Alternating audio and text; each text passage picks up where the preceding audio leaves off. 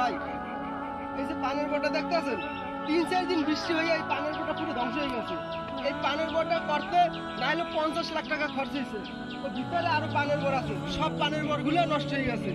এই পানের বরের যে মালিক এগুলো শেষ, কিন্তু হ্যাঁ একমাত্র চলার সম্বলই ছিল এইটা। এই পান বিক্রি করে হ্যাঁ সংসার চালাইতো।